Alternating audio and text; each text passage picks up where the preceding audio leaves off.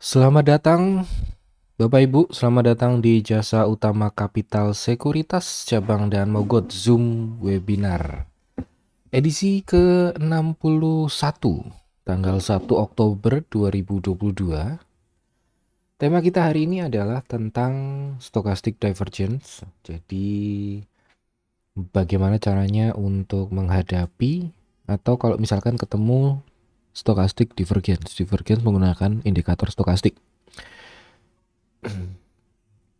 Untuk Bapak Ibu yang belum tahu apa itu stokastik itu sebuah indikator osilator. Jadi jenisnya itu momentum indikator. Jadi indikator ada dua macam, trend following indikator dan momentum indikator ya. Jadi stokastik ini termasuk yang momentum indikator. Karena momentum indikator berarti dia punya nilai minimal dan dia punya nilai maksimal. Minimalnya 0, maksimalnya 100. Dan selanjutnya bagaimana cara membacanya, bagaimana cara menggunakannya. Mari kita lanjutkan. Seperti biasa, sesi kali ini direkam dan hasilnya nanti akan diupload ke YouTube channel kami, youtube.com/cuancommunity, dan seperti biasa juga materinya juga akan di-share. Untuk materi kali ini bisa di-download di bit.ly/bimbelcuan61. Ya, stokastik osilator itu untuk sebelumnya untuk Bapak Ibu, suara saya jelas ya. Nanti kalau misalkan ada pertanyaan boleh langsung dituliskan di kolom chat. Untuk suara oke, sudah jelas? Oke, aman. Kita lanjutkan ya. Untuk yang pertama, stokastik itu apa sih? Bentuknya seperti ini. Jadi kita hilangkan yang teori-teori itu, kita hilangkan yang mungkin Bapak Ibu juga nggak butuh teori itu waktu saat trading.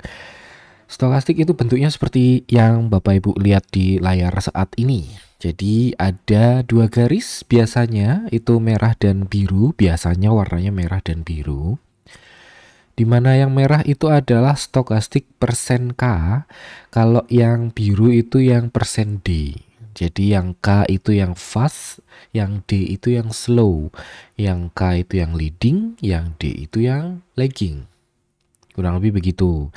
Nah, seperti tadi yang saya ceritakan, stokastik itu dia punya nilai minimal dan nilai maksimal. Kalau yang Bapak Ibu lihat di layar, untuk minimalnya itu adalah 0 di paling bawah dan maksimalnya itu adalah 100. Kemudian untuk karena 0 sampai 100, jadi di sini sebenarnya satuannya itu persen ya. Jadi ini kan stokastik ada persen K, persen D gitu kan. Nah, jadi angka yang dituliskan oleh si stokastik itu satuannya dalam bentuk persen. Nah, biasanya di sebelah kiri atas itu ada apa sih namanya? Setting parameternya. Kalau di sini tulisannya 1433 ya, artinya periodenya 14 candle. Kemudian di apa namanya? Di smoothing 3 periode. Ini juga di smoothing 3 periode. Jadi stokastika yang merah itu sebenarnya sudah hasil smoothingan dari rumusnya. Jadi ya nggak perlu tahu rumusnya, nggak apa-apa sih. Tapi intinya 1433 itu artinya periodenya 14. 3 sama 3-nya itu smoothingnya. Nah, kemudian untuk berikutnya ada dari angka 0 sampai dengan 100. Ada yang namanya dibagi menjadi 3 macam area. Area overbought, area oversold, dan area netral ya, di antara overbought dan oversold itu. Kalau yang overbought itu adalah area 80 sampai 100, kemudian untuk yang oversold itu adalah area 20 sampai 0. 0 sampai 20 oversold, 80 sampai 100 itu overbought, di tengah-tengahnya itu area netral, anggap aja gitu. Nah, nanti apa fungsinya di belakang? Ya nggak di belakang sih, habis ini kita akan cerita fungsinya. Untuk menggunakan stokastik itu sebenarnya ada 4 cara ya. Jadi kalau saya pisah-pisah itu, pertama kita bisa lihat dari breakoutnya, yang kedua kita bisa lihat dari overbought atau oversold-nya, yang ketiga kita bisa lihat dari divergence-nya, yang keempat kita bisa lihat dari pullback-nya. Nah, kita akan jelaskan satu persatu. Mungkin agak ribet ya, tema hari ini tentang divergence, tapi bagaimana cara menggunakan stokastik saya akan ceritakan dengan sederhana. Semoga sih cukup sederhana untuk dipahami. Kalau misalkan belum paham, Bapak Ibu punya banyak waktu untuk bertanya. Bersama kita hari ini ada private 5 orang yang sangat bersemangat untuk belajar tentang stokastik pagi ini. Yang pertama, stokastik dengan bagaimana saya ceritanya, ini saya pakai TradingView. Untuk gampangnya ini pakai XAU USD chart gold ya. Nah, ini. Oke. Untuk yang breakout reversal itu gimana sih maksudnya gitu kan? Dia itu digunakan untuk mendeteksi reversal pattern. Bagaimana caranya? Cara yang paling gampang untuk menggunakan strategi ini adalah dengan mencari channeling di stokastik. Channeling di stokastik itu contohnya seperti apa sih? Nah, ini saya kasih contoh yang gampang dulu ya. Bapak Ibu lihat daerah, Bapak Ibu lihat yang bagian ini. Nah, bagian yang saya lingkari ini, kalau misalkan Bapak Ibu perhatikan, ini contoh saya pakai ini aja. Nah, ini. Kalau saya garisin seperti ini saya pakai periodenya 21 ya. Saya pakai angka deret Fibonacci 358 habis 8 berapa? 13 habis 13 21. Nah, ceritanya gitu. Itu untuk yang agak santai. Jadi saya nggak pengen yang, karena nanti beda penggunaan sih. Beda time frame, beda parameter, nanti beda cara pakainya ya. Contoh kayak gini. Ini kalau misalkan Bapak Ibu perhatikan ini seperti ini. Ketika dia breakdown dari channelnya, disitulah ada, ini kurang gede ya, saya gedein lagi deh. Ketika dia breakdown dari channelnya, saya kasih garis panah bisa nggak ya? Nah, ini ketika saya kasih garis panah ya. Ketika dia breakdown dari channel si stokastiknya, disitulah ada reversal pattern. Reversal pattern ini jangan dibayangkan begitu ini terjadi kemudian ke depannya selamanya nanti jadi reversal, enggak. Karena time frame itu, misalkan di sini saya tak pakai time frame 15 menit ya. Pattern yang terjadi itu saya gunakan untuk actionnya itu nanti ada take profitnya, ada stop lossnya. Nah, jadi dengan misalkan ini breakdown kemudian ini ada reversal segini, apakah bisa itu jadi profit? Bisa, tergantung level cut loss dan level take profitnya. Tapi kalau dibilang bisa ya bisa.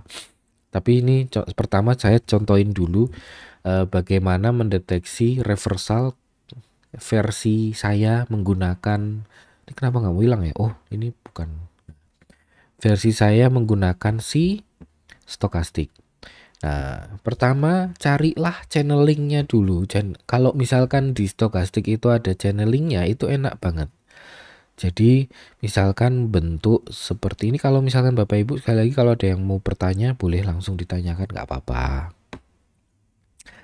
Biasanya ada di area overbought atau di area oversold. Jadi kalau misalkan Bapak Ibu ngelihat ini kan breakdown ke bawah sini ya. Nah, di sini ini ada reversal patternnya gitu. Terus kemudian contoh lagi kalau salah. Nah, ini contoh kayak gini.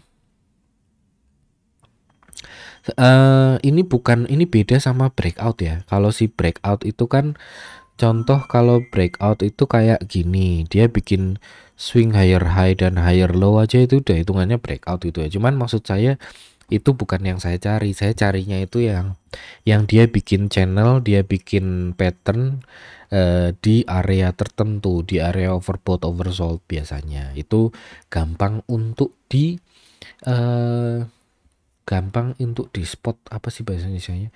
Gampang untuk dilihat, diperhatikan. Jadi ketika dia breakout, nah disitulah ada reversal patternnya. Eksekusinya gimana? Ya itu balik lagi. Eksekusinya di minggu kemarin kita sudah eh, ngobrol-ngobrol tentang zigzag higher high dan higher low ya. Sederhananya sih kayak gini misalkan. Ini kalau misalkan di sini ada swing, nah buy breaknya, kemudian bawah cut lossnya, kemudian risk rewardnya 1:1, atau bisa pakai trailing profit itu juga bisa. Tinggal strateginya gimana sih gitu. Atau mungkin ada yang suka pakai kemarin kita pernah belajar ngobrolin tentang aligator, jadi itu bisa dipakai juga. Tapi untuk kali ini ini tentang stokastik dulu ya. Jadi itu tadi satu cara itu mencari reversal itu dari breakoutnya si stokastik, tapi langkahnya adalah dengan mencari channeling gitu, channelingnya si stokastik itu. Oke, kemudian yang berikutnya salah satu cara menggunakan stokastik itu adalah dengan apa namanya, dengan mencari stokastik yang bergerak di area overbought atau oversold. Jadi ada orang atau mungkin Bapak Ibu ada yang beranggapan bahwa sesuai dengan namanya, oversold itu adalah jenuh jual, overbought itu adalah jenuh beli. Jadi mungkin ada yang berpendapat bahwa stokastik itu pakainya beli ketika golden cross di oversold, jual ketika dead cross di overbought. Nah, itu adalah cara yang belum tentu benar.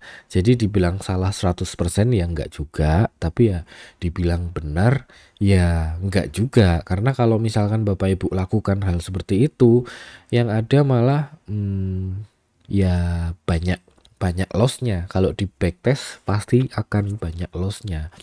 Kenapa banyak lossnya? Karena Bapak Ibu kalau misalkan pakai cara seperti itu, tadi dead cross di overbought jual, golden cross di oversold beli.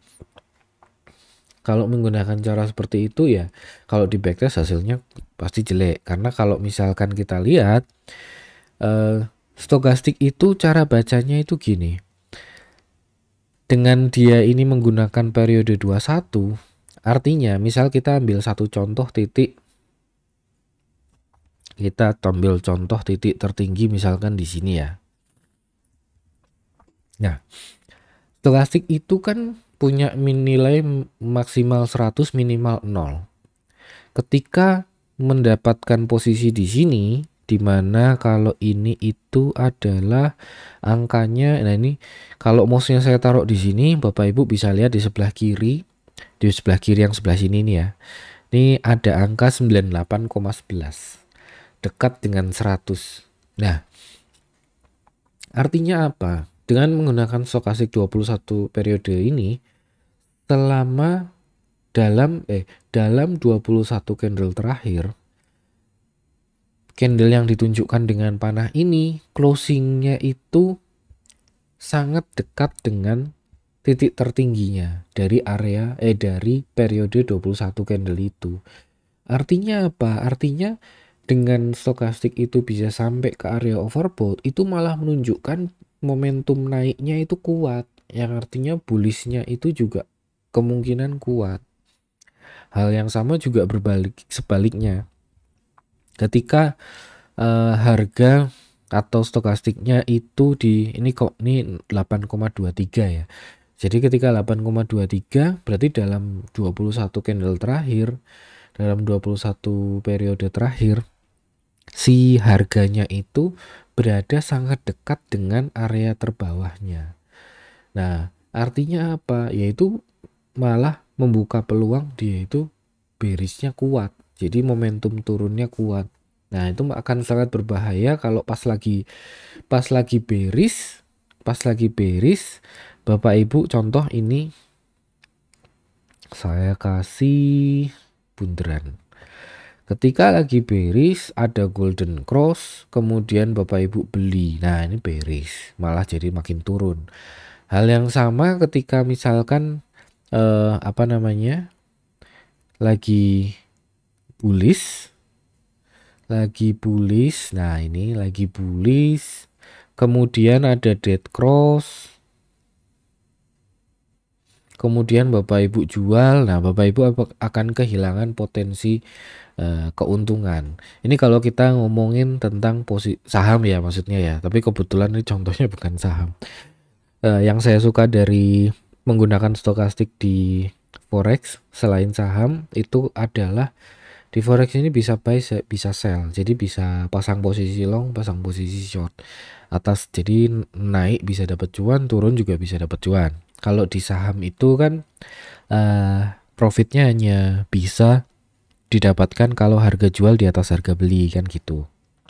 Tapi secara konsep si stokastik ini tetap sama cara penggunaannya dimanapun. Oke, overbought di area overbought, di area oversold. Nah, cara menggunakan maksudnya gini, cara menggunakan stokastik ketika di area overbought atau di area oversold. Caranya adalah dengan dibantu siapa namanya ini? Moving average. Saya biasanya pakai moving average periode 60. Ini di sini pakai setting periode 60, moving average, exponential moving average. Terus kemudian saya pakai yang itu. Nah, ketika harga berada di bawah MA, di bawah MA berarti cenderungnya bearish. Kalau di atas itu cenderungnya bullish. Nah, ketika harganya di bawah, yang ketika harganya di bawah, bagaimana saya tahu itu menguatkan analisa bahwa itu bearish? Salah satu caranya adalah dengan melihat stokastiknya. Kalau dia itu jarang bergerak di area overbought, berarti itu bearish. Kalau dia jarang bergerak di area oversold, nah ini jarang bergerak di area oversold, kayak yang saya tunjukkan, agak bilap ya, maaf. Nah, ini sebelah sini, ini kan stokastiknya jarang bergerak di oversold. Nah, harganya di atas si moving average. Jadi dia itu berarti bisa disimpulkan bahwa sahamnya itu cenderung bullish atau harga itu bergerak cenderung bullish. Itu. Kalau misalkan kebalikannya, harga bergerak di bawah exponential moving average. Nah, harga bergerak di bawah, kemudian stokastiknya jarang masuk ke area overbought. Nah, itu berarti lagi bearish. Kayak gitu. Itu menguatkan analisa kalau itu lagi bearish. Oke, ada pertanyaan dulu. Apa bedanya stokastik biasa, stokastik RSI? Mendingan yang mana? Kalau mendingan yang mana? Jawabannya itu relatif. Karena senjata itu akan sangat berpengaruh sama yang pakai. Jadi kalau misalkan pakai indikator RSI 1 biji tok itu ya, cuman satu indikator, selama dia bisa pakai indikatornya ya, itulah yang terbaik untuk dia. Kalau misalkan cuman pakai aligator gitu, selama dia bisa menguasai dengan betul, selama dia bisa mengetahui plus minusnya senjata itu, ya itulah yang terbaik buat dia. Itu jawaban saya begitu. Jadi kalau misalkan ini ceritanya saya cerita stokastik, bukan berarti stokastik itu adalah osilator yang paling baik. Tapi setidaknya untuk Bapak Ibu yang belum mengerti atau belum tahu harus pakai indikator apa, dengan tambahan ilmu tentang stokastik, harapan saya bisa jadi tahu harus milih indikator apa untuk digunakan sehari-hari, gitu ceritanya. Oke, kita lanjutkan ya. Dengan kita tahu kombinasi tadi dari stokastik dicampur sama exponential moving average, harga di bawah exponential moving average berarti cenderung bearish, kemudian dikonfirmasi dengan stokastik yang dia itu tidak atau jarang masuk ke area overbought. Nah, bagaimana cara menggunakannya? Semakin gampang dia bikin ini panah. Semakin gampang dia bikin dead cross, semakin mudah bahwa itu menjadi sinyal. Contoh kayak gitu ya. Misalkan harga lagi bearish nih.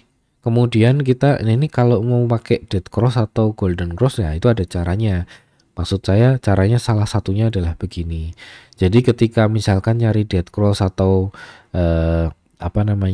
nyari dead cross atau golden cross, ini kenapa nggak digedein aja ya? Saya zoom dulu lah. Dengan mengetahui bahwa posisinya itu lagi bearish atau lagi bullish, kita bisa menggunakan sinyal yang tepat. Jadi kayak misalkan ketika lagi bearish ya kita nyarinya sinyalnya yang bearish saja. Tapi kalau misalkan lagi bullish ya kita nyari sinyalnya yang bullish saja gitu maksudnya. Jadi jangan dibalik.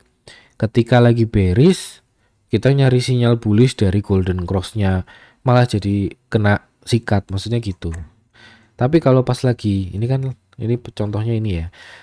Tapi kalau pas lagi bullish, misalkan kita lihat harganya atau candlenya itu berada di atas exponential moving average, kita asumsikan dia lagi bullish. Ketika lagi bullish ya kita akan lebih gampang ngelihat sinyal belinya dari golden cross-nya gitu.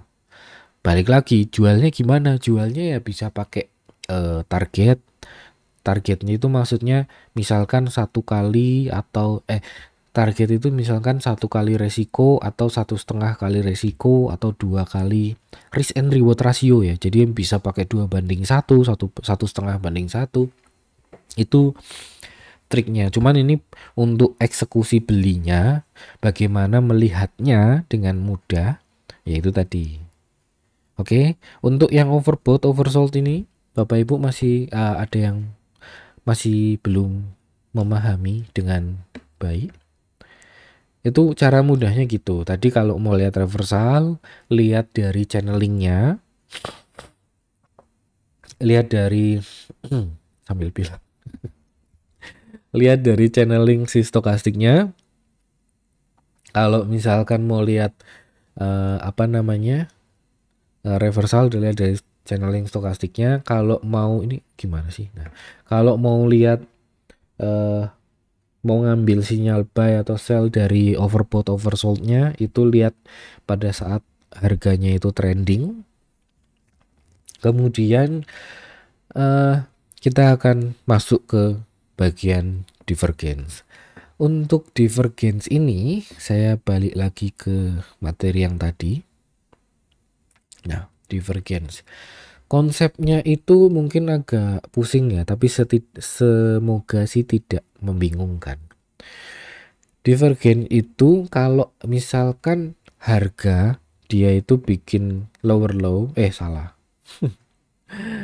ketika harga itu bikin higher low, stokastiknya bikin lower low.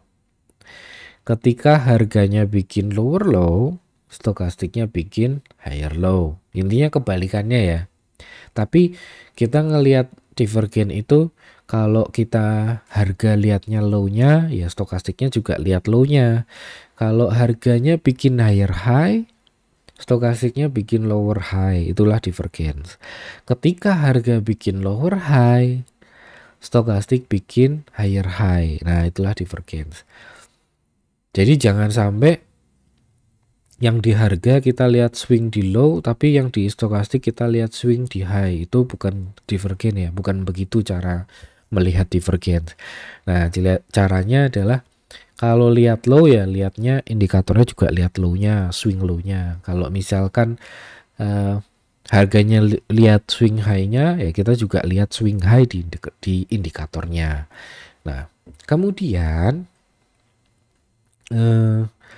divergen itu dibagi menjadi dua. Divergen itu bisa digunakan untuk reversal pattern, bisa digunakan untuk continuation. Ya, dibagi menjadi dua. Untuk reversal dan untuk continuation. Dua-duanya itu punya dua macam, bullish dan bearish. Jadi untuk yang reversal itu ada yang namanya bullish divergen dan bearish divergen. Kalau untuk continuation dia itu hidden bullish divergen dan hidden bearish divergen. Nah, kenapa hidden? Karena posisi divergennya itu tersembunyi di trend bullish atau tersembunyi di trend bearish. Nah, mungkin yang hidden ini mungkin agak kurang dipaham atau mungkin kurang populer ya, karena mungkin karena sifatnya sebagai continuation, ya udah berarti artinya trennya berlanjut kan gitu kan, seolah apa namanya, bukan yang sesuatu yang wah. Tapi untuk saya pribadi, saya lebih suka mencari yang continuation. Kenapa? Karena tren sebelumnya sudah terbentuk, jadi tinggal ngikutin. Kalau reversal, kelemahannya itu adalah kita melawan tren. Namanya juga reversal ya. Jadi melawan tren. Jadi kalau ngambil posisi berseberangan agak kerepotan buat saya. Tapi nanti saya ceritakan. Oke, bagaimana kita melihat bullish divergence? Bullish divergence contohnya seperti yang ada di layar Bapak Ibu, di mana harganya itu dia membentuk swing lower low. Jadi dari sini dia naik, habis itu turun gitu ya. Habis itu naik. Nah, dia bikin swing lower low, tapi stokastiknya dia bikin swing higher low. Disitulah apa namanya, ada kemungkinan terjadi reversal. Nanti eksekusinya atau taktiknya nanti ya paling belakang ya biasa. Kalau yang ada take profit ya, dan ada stop lossnya itu nanti paling belakang. Tapi yang ini pembelajaran dulu. Kemudian untuk yang ini yang bullish divergen, oke ya. Kemudian untuk yang bullish divergen, salah, kebalik, tadi bullish divergen, ini yang bearish divergen. Jadi bullish divergen itu maksudnya di trend bearish tapi ada divergen untuk mengarah ke bullish, kurang lebih kayak gitulah penjelasannya. Ini juga ini bearish divergen. Jadi ceritanya trennya lagi bullish nih, dia bikin swing higher high, tapi di indikator malah cenderung membentuk swing lower high. Harusnya, idealnya, ketika harga membentuk swing higher high, indikator juga membentuk swing higher high. Idealnya seperti itu. Tapi ternyata yang terjadi adalah kebalikannya. Harga membentuk higher high, indikator membentuk lower high. Disitulah divergence dan disitulah ada kemungkinan terjadinya reversal. Gitu. Nah, oke. Berikutnya yang hidden bullish divergen. Jadi ketika ada trend bullish, dia bikin swing higher high, dia bikin swing higher low dan dia bikin swing higher high. Indikator itu kan ketika dia bikin swing higher low, indikator harusnya kan dia bikin swing higher low juga. Tapi ternyata ketika harga membentuk swing higher low, indikator malah bikin swing lower low. Dengan kita tahu ada kondisi seperti ini, diantara mungkin ya, kalau misalkan saya diantara beberapa saham lainnya, ketika ada saham yang bikin hidden bullish divergen, saya akan pilih yang ada hidden bullish divergennya, karena dia continuation, menunjukkan tren yang terjadi sebelumnya itu berlanjut gitu. Nah, kalau yang bearish divergent, hidden bearish divergent itu ketika harga bikin swing lower high dan lower low, tapi indikatornya malah bikin swing higher high. Gitu ya.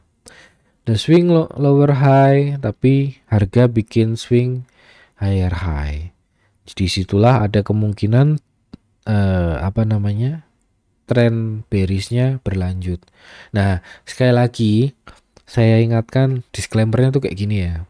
Tidak semua tidak semua reversal itu harus ada divergennya.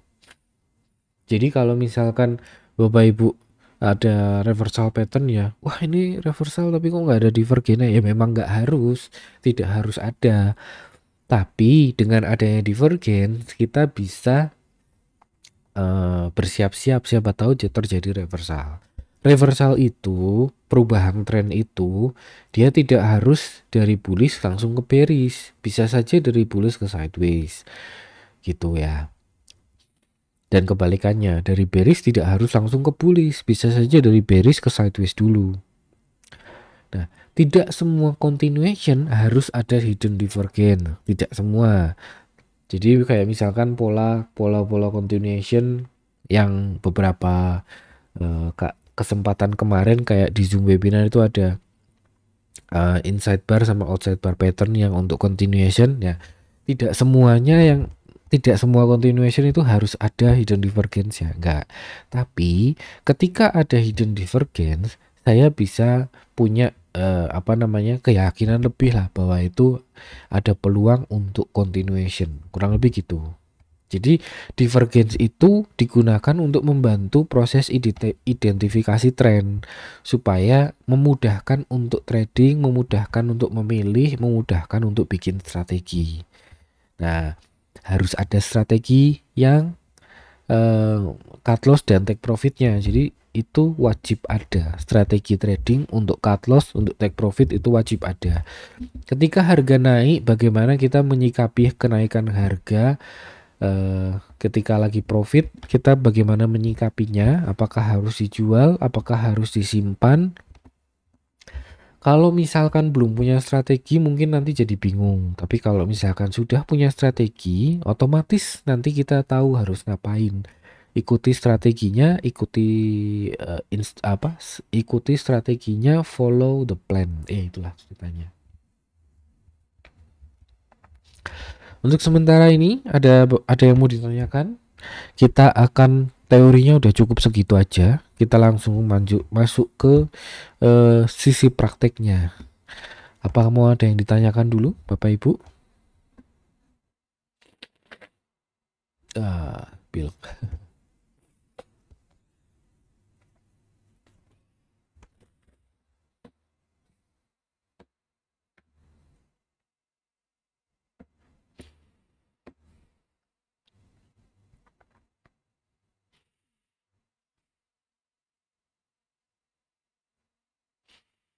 Oke, semua aman ya. Untuk screening ini divergen itu nggak di screening. Balik lagi tadi itu kan divergence itu kan untuk membantu mengidentifikasi. Tapi bukan berarti kita harus nyari saham-saham yang ada divergence-nya, enggak harus. Ini cuman ibaratnya kayak divergence itu kan anomali kan. Karena ketika harga bikin swing higher high, selayaknya indikator juga bikin swing higher high. Ketika harga bikin swing lower low, selayaknya indikator juga bikin swing lower low. Tapi divergence ini adalah anomali. Jadi ketika itu terjadi, kita harus bersiap dengan, jadi ibaratnya divergen ini ngasih kita tanda gitu loh, kayak kita dikasih tanda alam, ntar mau hujan, ntar mau panas terik, kurang lebih kayak gitu. Jadi cuma tanda alam aja, nggak harus di screening, dan kita nggak harus hanya trading dengan saham yang ada divergensinya, itu nggak harus gitu. Makanya ini yang susah itu juga nyari contohnya. Oke, baiklah. Jadi contoh ini semen Gresik. Oh, agak susah ya.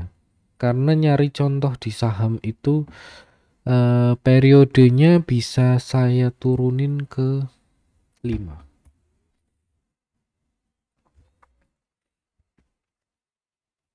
Nah, eh ada gunanya si garis hijau ini. Garis hijau ini adalah smoothingnya dari si merah ya. 3 periode di rata-rata 3 periode dari si merah ya gitu ceritanya.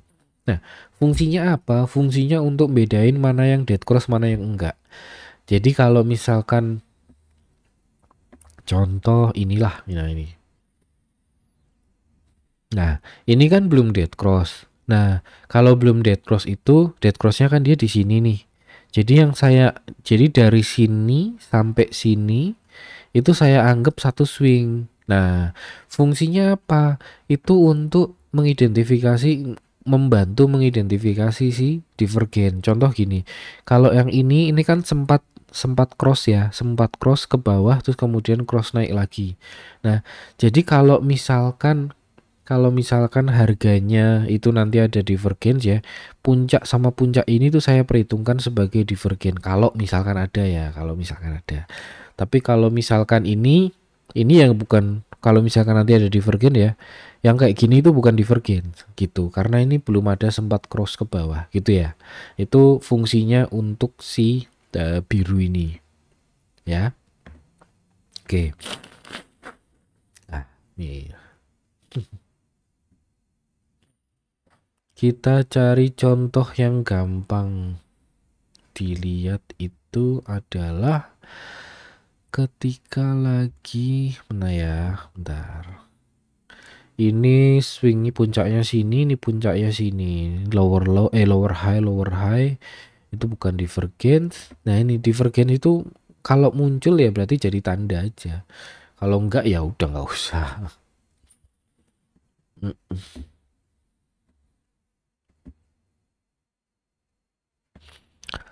Ini kita ambil contoh yang gampang. Ini nih.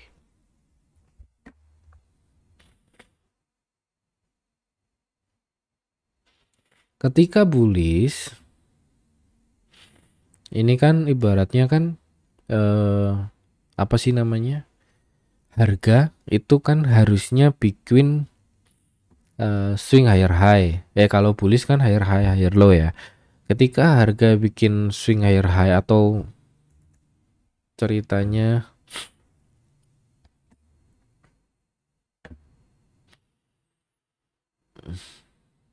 nah kayak gini, dia bikin swing higher high tapi indikatornya bikin swing lower high ya gitu.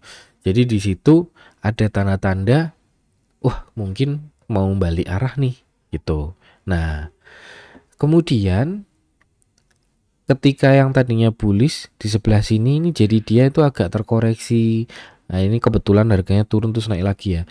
Harga terkoreksi, agak flat, sideways gitu, itu termasuk perubahan tren. Jadi ketika harganya bullish, ada divergence, dia menunjukkan kemungkinan ada perubahan tren. Kemudian yang menarik berikutnya adalah yang sebelah sini. Jadi ibaratnya kok sebelah sini sih? Salah.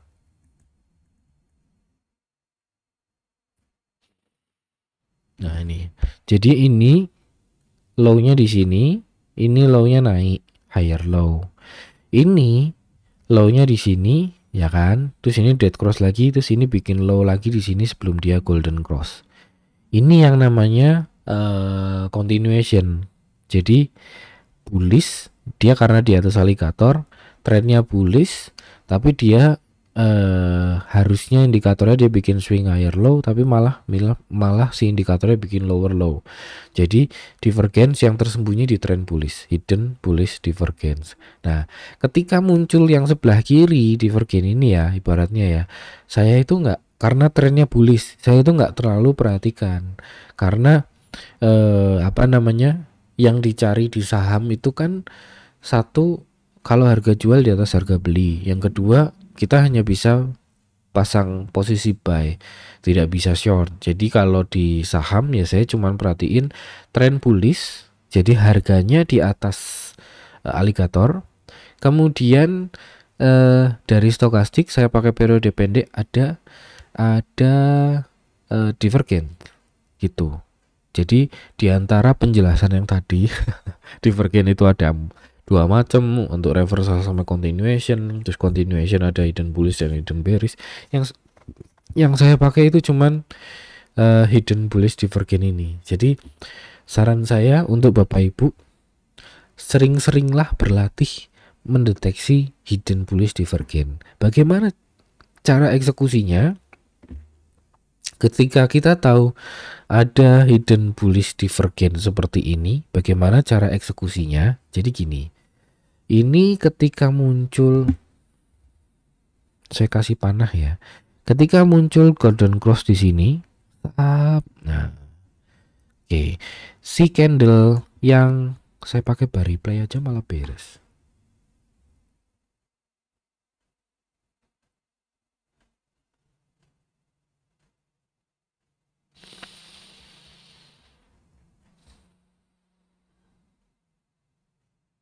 Oh, salah. Mana bar replaynya?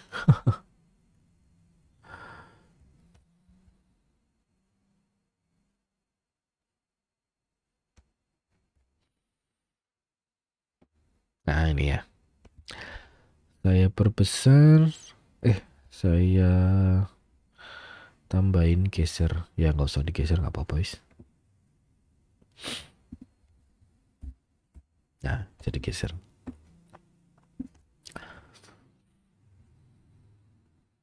Oke, ketika muncul candle seperti ini, ketika muncul misalkan kita mundurin lagi satu ya, kita mundurin satu, nah kayak gini, ini kan belum kelihatan nih, tapi dari sini kita bisa kayak ibaratnya kayak wah siap-siap nih jadi hidden divergen nih. Kenapa? Karena ini low-nya di sini, ini low-nya di sini. Ketika harga turun kan belum lebih rendah dari low yang sebelumnya sini kan belum turun ke bawah sini, tapi kok indikator sudah turun ke bawah sini. Nah kita bisa siap-siap, oh siap-siap nih ada hidden bullish divergen nih gitu. Nah terus kemudian candle berikutnya seperti ini. Nah ini golden cross. Oke, ada beberapa hal menarik yang bisa kita lihat. Yang pertama adalah dari candlenya sendiri yang dia itu berada di atas alligator, di atas si merah, garis merah ini. Kemudian si stokastiknya dia juga rebound dari 20, jadi dia tidak masuk ke area oversold. Itu menunjukkan bahwa dia bullish ya. Tadi ingat di awal ya, jarang bergerak di area oversold artinya bullish, jarang bergerak di overbought artinya bearish. Oke. Kemudian ada swing higher low, di sini ada divergence, hidden bullish divergence. Sekarang kita tahu di sini high-nya adalah, kita cari candle yang paling cari candle yang bullish. Jadi di sini ada bullish Marubozu, nggak ada upper shadow dan nggak ada lower shadow-nya. Ini juga bodinya panjang. 12.000 buy breaks, cut loss di bawah 11.450. Oke. Kemudian besoknya naik. Oke. Nah, dengan munculnya candle seperti ini, kita bisa pakai strategi trailing profit, trailing stop ya. Kita pakai trailing stop. Kita bisa pakai strategi mirip seperti fraktal. Jadi kita cari low terendah dari 3 candle terakhir. Ketika candle ini terbentuk, 3 candle sebelumnya itu adalah ini. Low terendahnya adalah 11.450. Kemudian satu candle berikutnya. Ketika ini muncul, candle 3 terakhir itu adalah ini. Dengan low terendahnya masih ini. Oke, berikutnya. Muncul candle ini. Berarti 3 candle terakhirnya adalah ini. Low terendah itu ada di sini. Berarti kita naikkan stop lossnya dari 11.450 naik ke sini. Muncul candle berikutnya, 3 candle terendah adalah ini. Low-nya yang paling rendah di sini kita naikkan lagi. Muncul candle berikutnya, 3 candle terakhir adalah ini. Kita naikkan stop lossnya ke sini. Close di 12.50, 12.500. Kalau besok dia turun ke bawah 12.350, kita pasang sell. Nah, ceritanya kayak gitu. Itu buat take profitnya. Itu salah satu cara. Salah satu cara lainnya adalah dengan menggunakan risk and reward. Jadi ini kan 12.000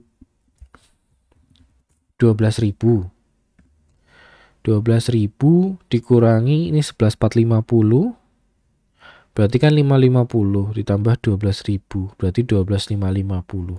Berarti take profitnya di 12.550.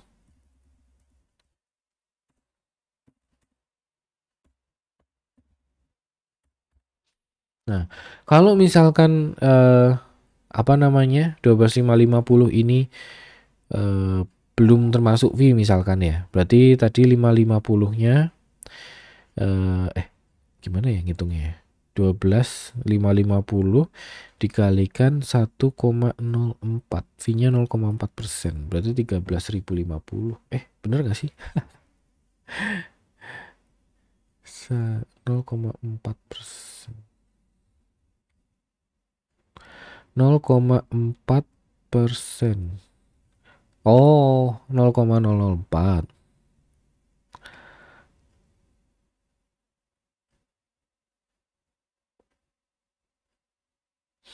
Nah, ini 12.600. Udah termasuk fee. Take profit 12.600, 1:1. Nah, udah kayak gitu caranya. Simple kan?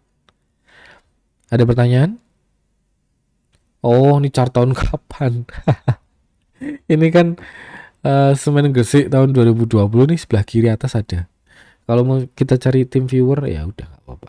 Itu contohnya aja. Kita pakai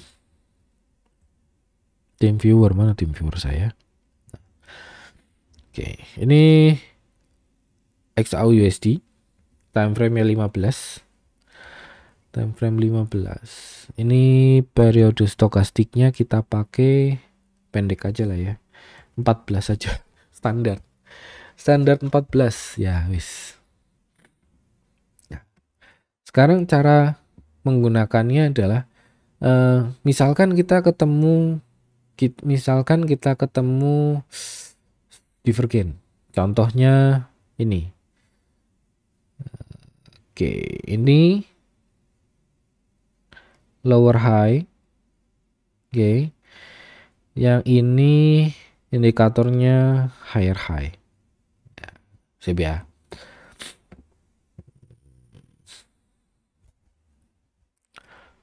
Terus saya panjangin candlenya.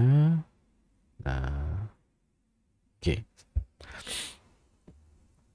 Kita pakai strategi dengan munculnya ini. Kita cari candle yang bearish. Muncul kalau misalkan apa sih namanya? Lower high, lower low. Nah, ceritanya kayak gini ya. Terus ini cut loss-nya di atas sini. Ya mungkin ditambahin sedikit karena ada spread-nya gitu ya. Oke. Kemudian ini candle yang hijau ini kan harganya naik. Kemudian yang merah ini kan harganya merah. Harganya turun. Harganya turun. Nah, sini. Oke. Sekarang apa yang kita lakukan? Posisinya adalah kita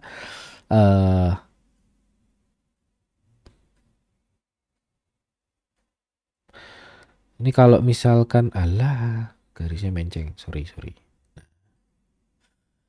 Ini pasang di sini, ini pasang di sini, anggap aja ini pas. Kemudian risk and reward. Saya suka trend viewer karena di sini ada tulisan risk and reward rasionya. Nah ini. Ini kan risk and reward rasio 138 ya. Kalau misalkan 1:1 itu ada di sini ya. Jadi pasang sell di sini, dapatnya di sini. Kemudian ini kalau misalkan 1 banding mentok biasanya 1:1, 1:1,5 sih. Jarang 1:2, 1:3, 5 itu malah jarang. Harus yang apa namanya? Trennya agak rally. Ini ceritanya time frame 15 menit.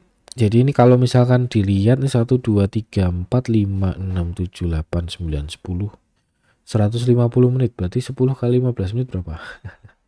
3 jam ya. Ya itu 3-4 jam lah. Baru itu aja udah lama loh. Apa tadi ya? Oh, take profit pakai risk and reward ratio. Kalau yang pakai si strategi yang tadi, yang apa namanya, take profit yang pakai low. Nah, ketika muncul ini strategi, muncul divergen, kita bisa manfaatkan sebagai trading strategi clone. Nih, oke. Ketika ini anggap aja ini dapat barang ya, posisinya open posisi lah. Open posisi, kemudian 3 candle terakhir yang terendah adalah ini, misalkan gitu ya. Habis itu muncul candle sebelahnya yang merah. Nah, candle terendahnya kan 3 candle terakhirnya kan ini. Berarti kita naikkan take profitnya ke sini. Kalau misalkan muncul candle lagi sebelahnya, candle terendah, 3 candle terakhir adalah ini, dan ini. Dengan low tertingginya adalah high tertingginya adalah ini. Oke. Nah, muncul candle yang merah panjang ini, nah take profitnya naik lagi ke sini, turun lagi sini. Nah, muncul candle yang ini, 3 candle terendahnya, 3 candle terakhir sebelumnya adalah ini, dengan high tertinggi di sini. Oke. Muncul candle yang sebelah sini, saya kasih tanda aja ya biar Bapak Ibu nggak bingung ngikutinya. Muncul candle yang sebelah sini, berarti candle terakhirnya 1 2 3 dengan high tertinggi sebelah sini. Oke. Geser lagi.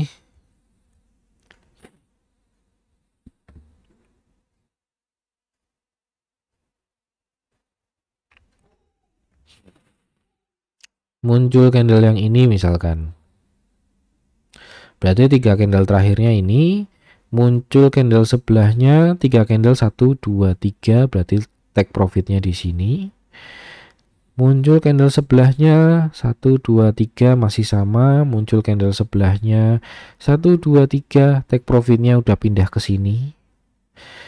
Muncul candle sebelahnya lagi 1 2 3, take profitnya pindah ke sini. Muncul candle sebelahnya 1 2 3. Nah, high tertinggi di sini. Muncul candle sebelahnya, high tertinggi ada di sebelah sini. Muncul candle sebelahnya, high tertingginya sebelah sini. Nah, muncul candle sebelahnya, dapatlah take profit, gitu ceritanya. Angkanya udah ter take profit gitu ya.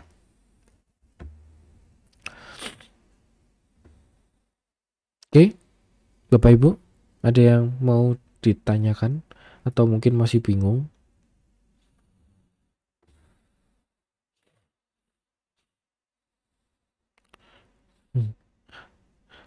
Diam dianggap memahami. Kayak guru zaman saya kemarin waktu sekolah. Ada yang mau bertanya, Bapak Ibu? Aman ya? Aman?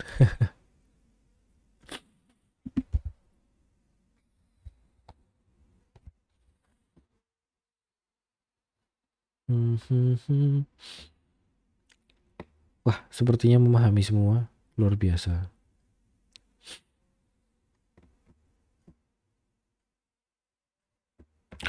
Oke, ini ada swing higher low. Oke. Ini ada swing lower low ya. Jadi ada divergen di sini. Harga bikin lower low, tapi indikator bikin higher low. Ketika muncul divergen, apa yang kita harapkan, dia bisa reversal. Yang jadi masalah, yang jadi kendala itu ini candlenya ini kepanjangan. Untuk time frame 15 menit ini panjang banget. Jadi kalau misalkan ini nggak kekejar ya wis pasrah saja. Cuman dari divergen ini kita bisa tahu ke depannya beberapa menit Ini kalau time frame 15 ya, jadi beberapa menit kemudian bisa reversal. Oke, clear semuanya. Apakah ada yang mau bertanya? Sudah jam 9.55. Jika Bapak Ibu sudah tidak ada pertanyaan, kita bisa cukupkan sesi ini. Seperti biasa, kalau misalkan mau lihat rekamannya, bisa main ke YouTube kami, youtube.com/cuancommunity. Untuk materinya ada di tadi bimbel bit.ly /bimbelcuan61. Untuk minggu depan tanggal berapa ini ya? 8. Minggu depan tanggal 8 Oktober.